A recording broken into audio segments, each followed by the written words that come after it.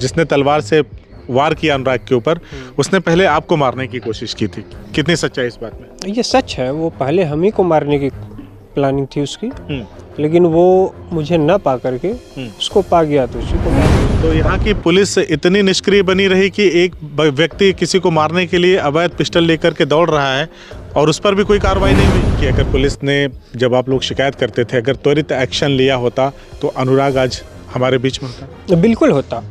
उसमें सबसे बड़ी लापरवाही राजस्व विभाग की है और उससे बड़ी लापरवाही स्थानीय पुलिस प्रशासन की है, क्योंकि दोनों विभाग इतने भ्रष्ट हैं कि जिसकी कोई कल्पना नहीं कर सकती। ये राजाराम द्विवेदी थे, ये भी यही बातें कहें कि देखिए ये अहिरों का मामला है, जब तक अहिर लड़ाई झगड़ा या मारपीट या मर्डर नहीं कर लेते तब तक मानने वाले नहीं है। यहाँ पर आए एक यशाई महोदय थे, वो कहे कि भाई देखिए ये ज़मीन है, खून मांग रही है, जब तक खून नहीं हो जाएगा तब तक कोई विवाद नहीं। कि न्याय की अगर बात की जाए तो मामला अगर अदालत में चला जाता है तो वहाँ न्याय नहीं मिलता, सिर्फ टार्चर किया जाता है। और इस तरह वकील होके कह रहे हैं? बिल्कुल कह रहा हूँ कि अदालतों का जो रवैया है वो इतना निंदनीय, इतना घृणित हो चुका है, खास तौर से डिस्ट्रिक्ट अदालतों का, कि यहाँ उन पर कहीं न कहीं भ्रष्टाचार हावी है। बताइए, अभी भी परिवार आशंकित है। मैंने अनुराग के पिताजी से बात किया, उन्हें अभी भी भय सता रहा है कि अभी भी कोई घटना हो सकती है। क्या कारण हो सकता है ऐसा बोलने? बिल्कुल हो सकता है, क्योंकि उसका एक भाई अभी भी जो है बाहर है। जैसे डीएम साहब, कप्तान साहब ने ये कहा कि ठीक है हम डिमोलिशन की कार्रवाई करेंगे, कप्तान साहब ने कहा कि नहीं हम इनकाउंटर करेंगे।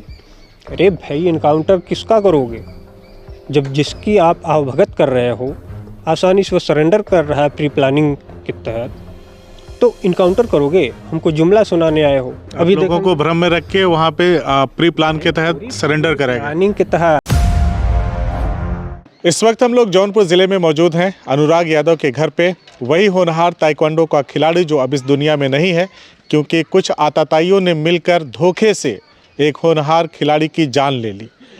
जिस दिन ये घटना घटी उस दिन अनुराग के साथ जो शख्स मौजूद थे, उनके चचेरे भाई इस वक्त हमारे साथ मौजूद हैं बातचीत के लिए। इनसे जानेंगे, समझेंगे कि आखिर उस दिन ऐसा क्या हुआ जो आतताइयों ने मिल करके एक होनहार खिलाड़ी को मौत के घाट उतार दिया।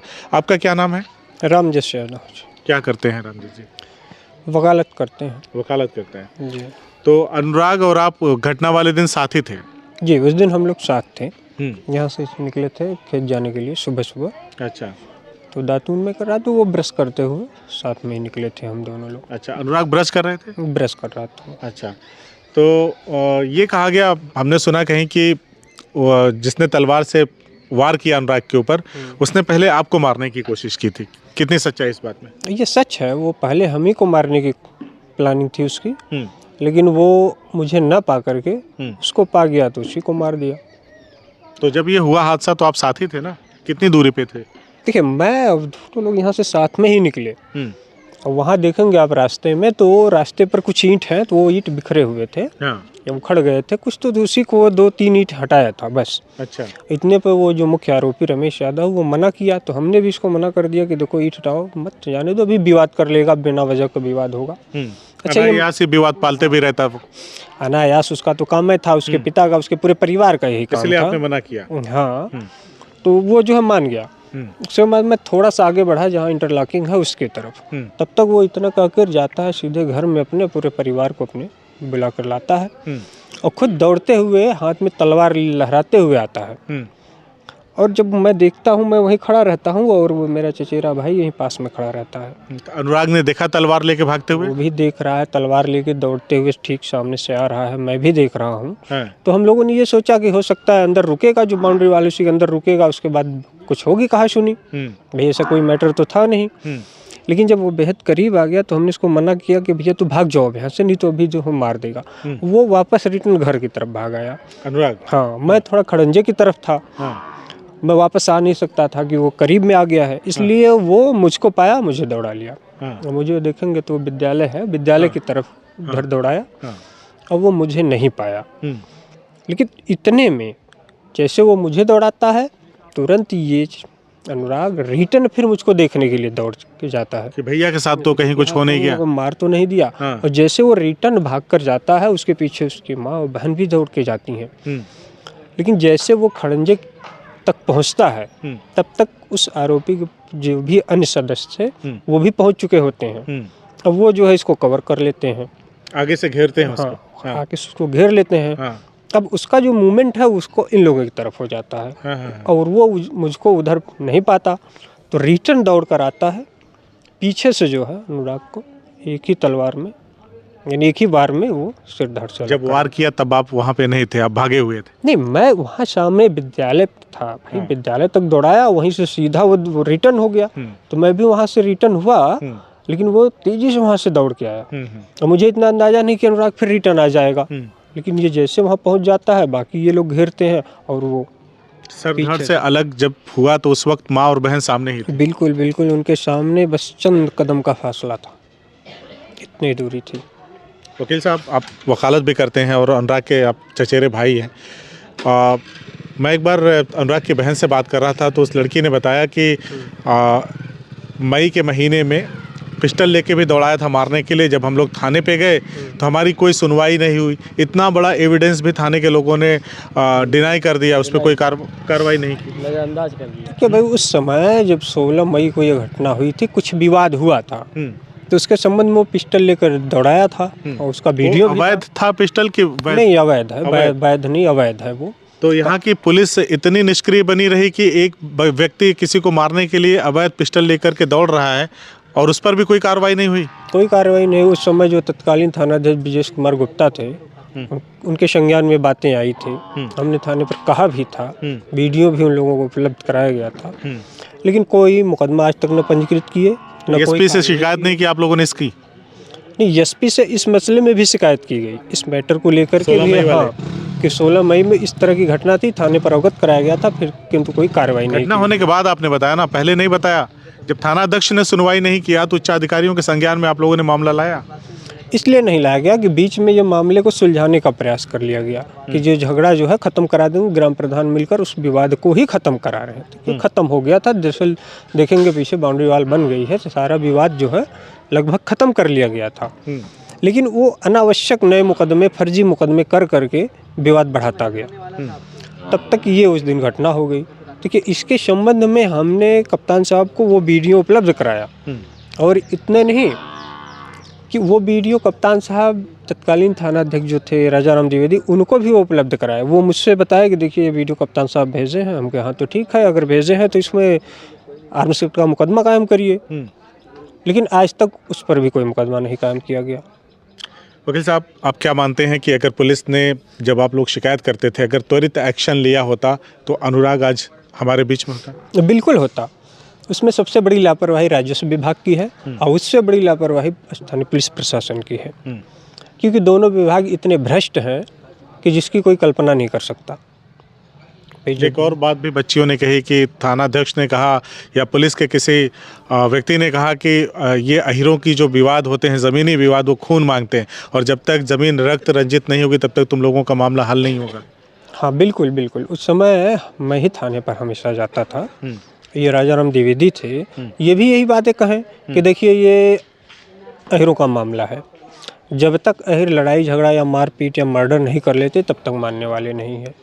यहाँ पर आए एक एसआई महोदय थे, वो कहे कि भाई देखिए ये ज़मीन है, खून मांग रही है, जब तक खून नहीं हो जाएगा तब तक कोई विवाद का समापन नहीं होगा। एसआई और थानाध्यक्ष का ये हाल था? ये हाल था। और यहाँ तत्कालीन एसआई जो हल्के का एसआई थे हरिश्चंद्र प्रसाद, ये पैसे की डिमांड करता था। क्या गजब आदमी हो, पीड़ितों से पैसे मांगते थे? पीड़ितों की बात ही छोड़िए, वो मुझसे पैसे की बात करता था। इतना गिरा हुआ इंसान था। आपने बताया नहीं, मैं वकालत करता हूँ, वकील हूँ, तुम्हें शर्म नहीं आ रही? तरह से जानता था, लेकिन वो इतना कमीना था, इतने नीच घर परिवार का था कि शायद हमें लगता है कि जेनेटिक वो नीच ही था कि जो पैसे की मांग करता था। शायद उसका जीवन यापन उसकी सैलरी से नहीं हो पाता था। तो हमें तो लगता है कि ऐसे लोगों को भाई नौकरी छोड़ के कटोरा लेके घूमना चाहिए। तो ऐसे ऐसे लोग हैं जो पुलिस विभाग में, तो फिर घटना तो होना स्वाभाविक है। अच्छा, ये बताइए, अभी भी परिवार आशंकित है। मैंने अनुराग के पिताजी से बात किया, उन्हें अभी भी भय सता रहा है कि अभी भी कोई घटना हो सकती है। क्या कारण हो सकता है ऐसा बोलने? तो बिल्कुल हो सकता है, क्योंकि उसका एक भाई अभी भी जो है बाहर है, वो बेहद शातिर किस्म का इंसान है। और पुलिस का रवैया तो आप लोग देख रहे हैं कि पूरी दुनिया भी देख रही है। तो फिर उम्मीदें किससे की जाए? कि हम सुरक्षित हैं तो सिर्फ ऊपर वाले के रहमो करम पे। अभी आप लोगों की क्या मांग है, किस तरह की कार्रवाई चाहते हैं ताकि आप लोगों को एहसास हो सके कि कम से कम न्याय हुआ?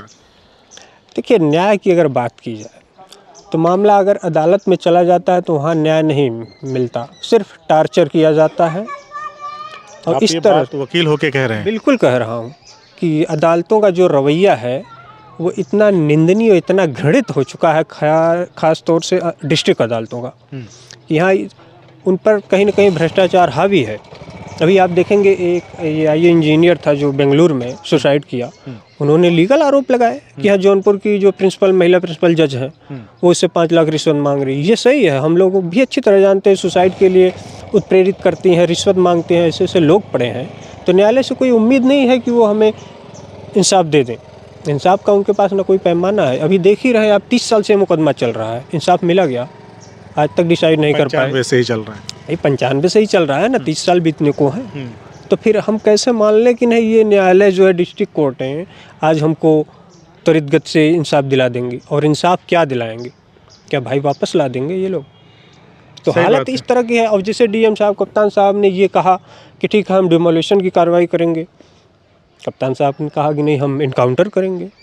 अरे भाई, इनकाउंटर किसका करोगे जब जिसकी आप अवगत कर रहे हो आसानी से वो सरेंडर कर रहा है प्री प्लानिंग के तहत, तो इनकाउंटर करोगे? हमको जुमला सुनाने आए हो? अभी लोगों को भ्रम में रख के वहाँ पे प्री प्लान के तहत सरेंडर करेगा, प्लानिंग के तहत। अभी ये यशो आए थे जो उस समय राजा राम द्विवेदी, हमने कहा उनसे, वो कहे मुझसे कि नहीं सबने देखो, सबको हमने गिरफ्तार कर लिया। हम कहिए आप अपनी नाकामी क्यों बता रहे हो? किसको आपने गिरफ्तार किया, किस जगह से गिरफ्तार किया, वही हमें बता दो। भाई बता तो दो कि कहाँ से हमने गिरफ्तार किया। सभी को तो आपने सरेंडर कराया और आप श्रेय लेना चाह रहे हो कि नहीं हमने गिरफ्तार किया। वो स्थान बताइए, वो समय बताइए कि किस जगह से आपने कितने टाइम में गिरफ्तारी की, कहीं दिखाया आपने? क्या आप हमारे में कमी निकाल रहे हो? हम कि आप अपनी कमी बता रहे हो, कमी थोड़ी मैं निकाल रहा हूँ। तो ये चक्कों पे भी कार्रवाई के नाम पे ठोक देने वाली यूपी की पुलिस इतने बड़े कांड में कह रही गिरफ्तारी किया। हाँ, गिरफ्तारी किया। देखिए, आपसे एसपी ने कहा था कि हम इनकाउंटर करेंगे। अभी आप हाल ही में देख रहे हैं, पूरा भारत देख रहा है, पूरा जनमानस देख रहा है कि मंगेश यादव को इनकाउंटर कर दिया गया। भाई क्या था? हम अगर मैं मानता भी हूँ कि वो डकैती किया भी था तो आपकी गिरफ्त में था, उससे जो है जितने भी चोरी किया था रिकवरी कर लेते, कोई मर्डर तो किया नहीं था। यहाँ इतनी बड़ी वारदात होती है, उसके बाद इतने अच्छे तरीके से जो है मुलजमानों को अवगत होती है, उसके बाद उनको सरेंडर कराया जाता है और प्री प्लानिंग की योजना के तहत जेल भेजा जाता है। चलिए, हमने बातचीत किया अनुराग यादव के चचेरे भाई से, जो घटना वाले दिन इनको पहले रमेश यादव दौड़ाता है तलवार लेकर के और ये स्कूल की तरफ भागते हैं और फिर अनुराग उसी समय वापस आ जाता है अपने घर पे और फिर ये देखने जाता है कि कहीं मेरे चचेरे भाई के साथ कोई अनहोनी तो नहीं हो गई। और जैसे वो जाता है, पीछे से माँ भी जाती हैं और बहन भी जाती है और फिर अनुराग के साथ वो घटना कर दी जाती है। इन्होंने बहुत सारे आरोप लगाए हैं पुलिस प्रशासन के रवैये पे। आप क्या सोचते हैं, इनके आरोप कितने जायज़ हैं? और यूपी पुलिस की जो कार्यशैली है वो इतनी निंदनीय है कि उसको क्या ही कहा जा सकता है। पुलिस को अगर ये एविडेंस प्रोवाइड करते हैं तो पुलिस उस पर कोई कार्रवाई नहीं करती है, बल्कि ये कह करके पल्ला झाड़ लेती है कि ये अहीरों का विवाद है, ज़मीनी विवाद। जब तक खून खराबा नहीं होगा, जब तक ये ज़मीन रक्त रंजित नहीं होगी, तब तक इसका कोई निपटारा नहीं होगा। ये हाल है उत्तर प्रदेश के एक एसएचओ का और एक एएसआई का जो यहाँ पे जांच करने आता है। तमाम सबूतों के बावजूद भी इन लोगों की कहीं सुनवाई नहीं होती और नतीजा क्या है कि आज हम सबके बीच से वो होनहार खिलाड़ी इस दुनिया को छोड़कर जा चुका है। आप क्या कहते हैं? इस पूरी बातचीत पे हमें कमेंट करके ज़रूर बताइए। साथ ही इस खबर को इतना शेयर करिए ताकि उच्चाधिकारियों के संज्ञान में मामला आए और इस परिवार का दर्द, इनका कहना है कि जब न्याय होगा तभी कम हो पाएगा। हमने पीछे भी परिजनों से बात किया, उन्होंने कहा कि जब तक घर डिमोलिश नहीं किया जाता और जब तक कि हत्यारे को फांसी और अन्य आरोपियों को उम्र कैद नहीं हो जाती, तब तक हम नहीं मानेंगे कि हमारे साथ न्याय हुआ है।